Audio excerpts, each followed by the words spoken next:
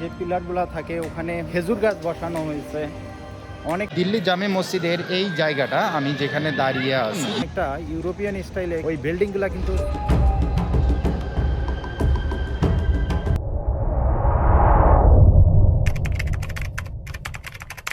আমি ট্রেনটার মধ্যে যাচ্ছি প্রায় 1456 কিলোমিটার দূরে কলকাতা হাওড়া রেল স্টেশন থেকে নিউ দিল্লি পর্যন্ত। এখন বাজে 9:15।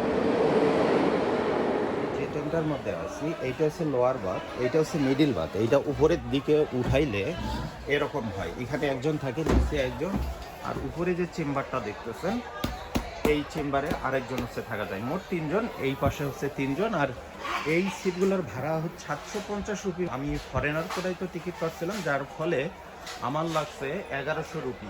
ট্রেনের মধ্যে 2 ধরনের খাবার পাওয়া যাচ্ছে। না, সবজিটা ভালো লাগতেছে। এরপরে এখন ঘুমায় যাব, দেখা হচ্ছে সকালবেলা।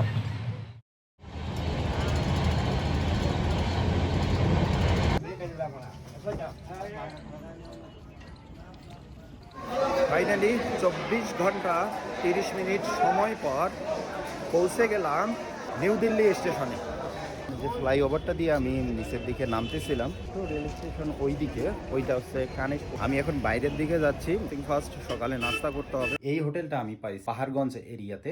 এখানে একটা বাংকার, 2টা বাংকার, এদিক থেকে একটা, 2টা, আর রুম হচ্ছে এইটা, আর এদিক থেকে লকার। প্রতিটা বেডের মধ্যে কিন্তু এরকম চার্জার পোর্ট দেওয়া আছে, লাইট আছে, একটা সুন্দর ফ্যান আছে। পার নাইটের জন্য আমাকে পে করতে হয়েছে 273 রুপি। রুমগুলোতে কিন্তু এসি লাগানো থাকে।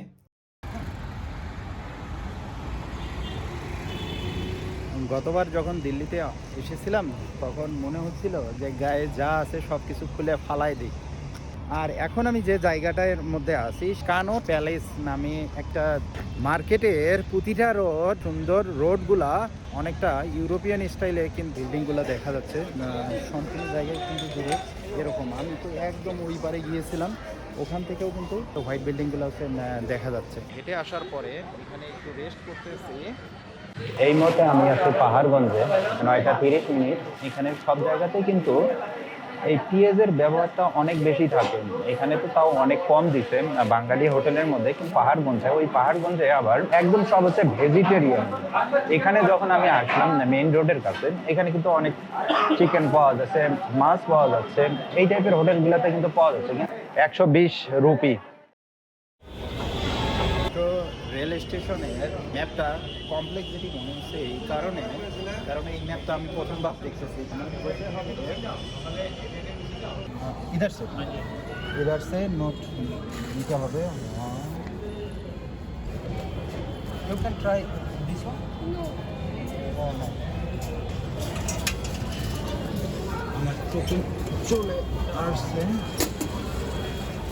20 रुपये का सिक्का ले लो, 2 10 के दे दो। 20 का कॉइन ले लो, 20 का कॉइन है, 2 10 के दे दो, क्योंकि मेरा कॉइन नहीं आएगा इसमें। Okay okay please take it. ওই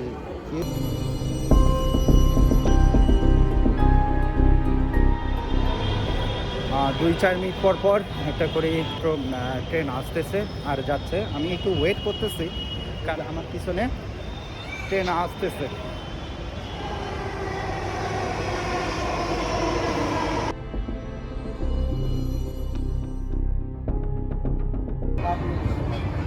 মাঝখানে কিন্তু অনেক ফাঁকা জায়গা।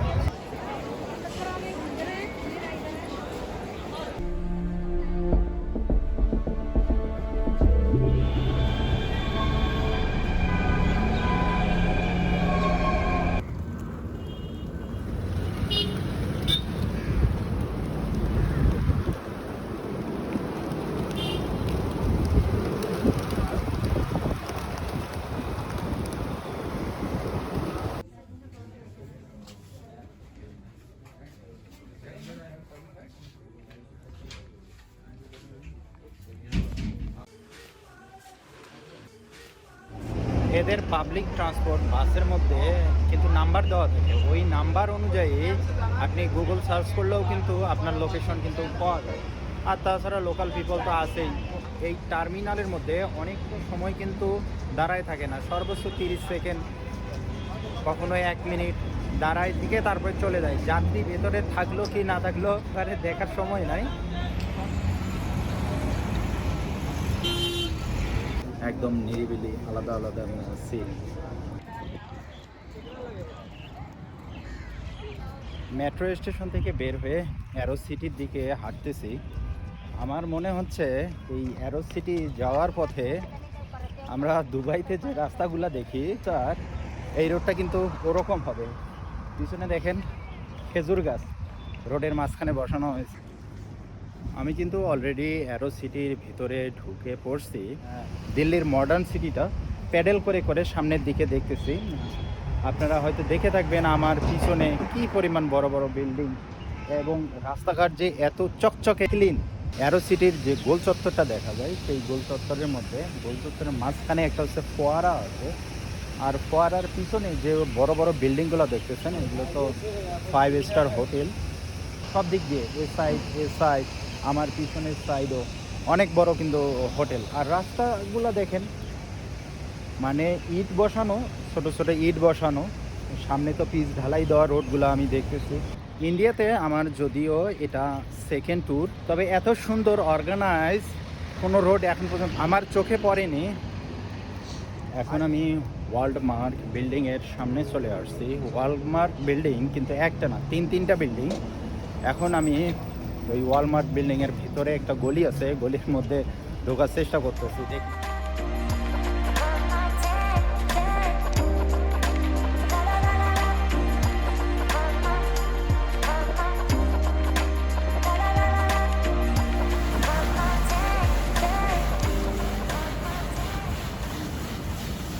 ভিতরে ঢুকলাম, অনেক রেস্ট্রিক্টেড করে দিছে আমাকে আমার ব্যাগে ক্যামেরা দেখার পর, যে ক্যামেরা এখানে ইউজ করা যাবে না। অনেক চিকচিক করতেছে জায়গাটা দেখতে কিন্তু ভালোই লাগতেছে। আমার দুই পাশে যে জায়গাটা দেখতেছেন না, দুই সাইডে কিন্তু নিচেও ফুড কোর্ট আছে। নিচে পরে যাচ্ছি, তবে এই দিকটা একটু হেঁটে আসি। জায়গাটা তো অনেক সুন্দর, হয়তো সন্ধ্যার পর লাইটগুলো জ্বলে উঠলে আরও সুন্দর চিকচিক করতো।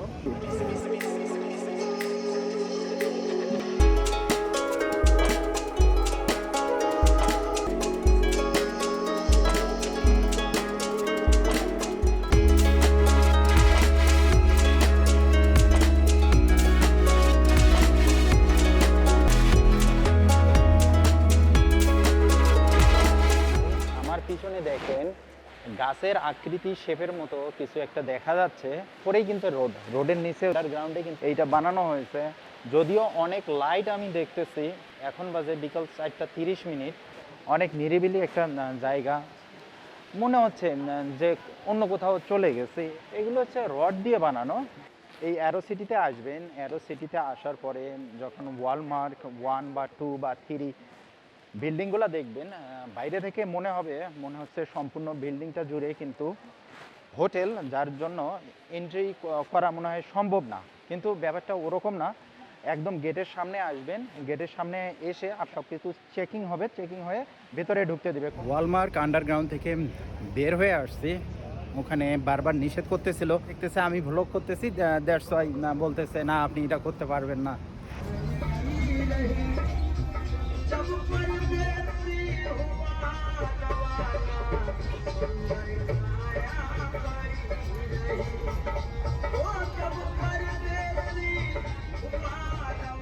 আমি আছি ডার্ক নামে একটা পার্কে। এই পার্কে আসার পরে আমি যে জিনিসগুলো দেখতেছি, এটা কি পাখি, অনেক বড় বন্দি করা হরিণ দেখতেছি। পরিবেশটা অনেক বেশি নিরিবিলি মনে হচ্ছে এবং চারিদিকে অনেক সবুজ প্রকৃতি অনুভব হচ্ছে। প্রথম দিকে তো আমি বুঝতে পারি নাই, যখন আমি রোড দিয়ে আসতেছিলাম তখন এই জায়গাটা হয়তো আমি দেখতেছিলাম। তবে পার্কটা যে অনেক বড় তা কিন্তু না। এই পার্কটা 10 একর জায়গার উপর কিন্তু নির্মিত হয়েছে 1988 সালে। এই যে আমি অলরেডি কিন্তু ওই যে ভেতরের দিকে চলে আসছিলাম, তো সামনে আবার দেখতেছি এইদিকে রোড, মানে লেকের মতো দেখতেছি। ওই মাঝখানে ওই আইল্যান্ডটা, পুরাতন বিল্ডিং যে হজ খাস যে জায়গাটা আছে সেই জায়গাটা এখন স্টার্ট হচ্ছে, যেহেতু এখানে পুরনো বিল্ডিংগুলো দেখা যাচ্ছে।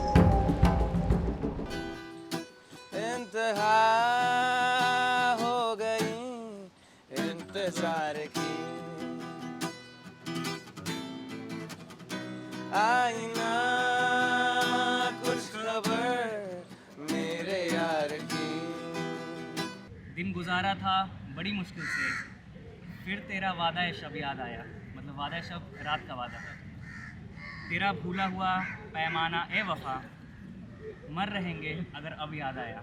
मुकम्मल दीदार हो सके मेरे महबूब का हमें।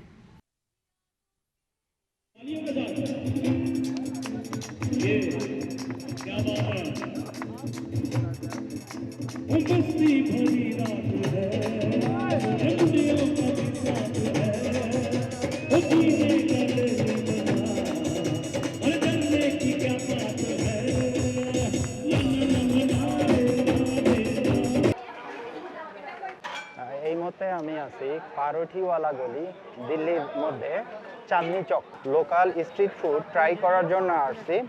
এখানে যেটা আমি দেখতেছি, এখানে লোকাল ফুডের মধ্যে এই গলির মধ্যে শুধু হচ্ছে পরাঠা, আলু পরাঠা আর ভেজিটেবল পাওয়া যাচ্ছে। আমি যতটুকু দেখেছি বিভিন্ন সোর্স থেকে, যে এই গলিটা হচ্ছে ওল্ড দিল্লির সব থেকে ফেমাস গলি। কিন্তু এই গলির মধ্যে অনেক বেশি যে ফুডি জায়গা সেটা বলা যাবে না, ঠিক 5-6টা দোকানের মতো আমি দেখতেছি। এখানে সব জায়গায় কিন্তু হচ্ছে পরাঠা, আলু পরাঠা এরকম। আর কিছু হচ্ছে মিষ্টি দোকান আমি অলসো দেখতেছি এখানে। আমি দেখি মিষ্টি কিছু জাতীয় ট্রাই করার চেষ্টা করব। স্পেশাল একটা আইটেম দেখতেছি, আইটেমটা হচ্ছে, এটার নাম হচ্ছে ইমারতি। দেখি দেখি কীরকম টেস্ট।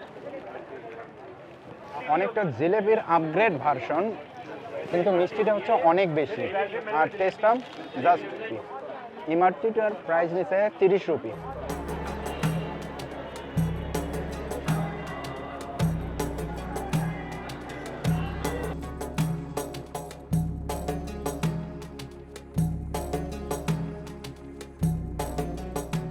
রাজীব চকের সুবিধা করতে না পারে গিয়েছিলাম হচ্ছে চাঁদনি চকে। চাঁদনি চকে যাওয়ার পর পরাঠাওয়ালা গলিতে যাওয়ার পর যেটা দেখলাম, ওখানে অনলি শুধু পরাঠা। আর যার জন্য আবারও আমি হচ্ছে জামে মসজিদ এলাকায় চলে আসছি।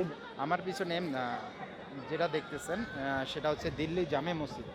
আর এই দিল্লি জামে মসজিদের এই জায়গাটা আমি যেখানে দাঁড়িয়ে আছি, দিল্লি জামে মসজিদের স্ট্রাকচারটা যেমন, এই সাইডটা হচ্ছে মসজিদ, এদিকে একটা গেট আছে, তারপরে এদিকে সুন্দরভাবে এদিকে আবার একটা গেট, আবার পিছনে আর একটা হচ্ছে গেট।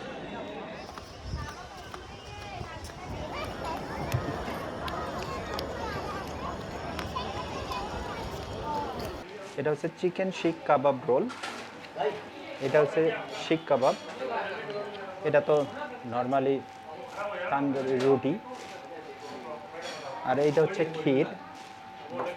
আর এখানে হচ্ছে অনেকগুলো পেঁয়াজ দেওয়া হয়েছে, দেখেন পেঁয়াজ অভাব নাই, অনেক বেশি পেঁয়াজ দেওয়া হয়েছে। এর সাথে উপর দিক দিয়ে কিন্তু সস দেওয়া হয়েছিল। বাংলাদেশে তো অনেক পেঁয়াজের দাম, তাই এখানে প্রচুর পরিমাণে পেঁয়াজ খেতে হবে। কোকোনাট উপরে বাদাম আছে।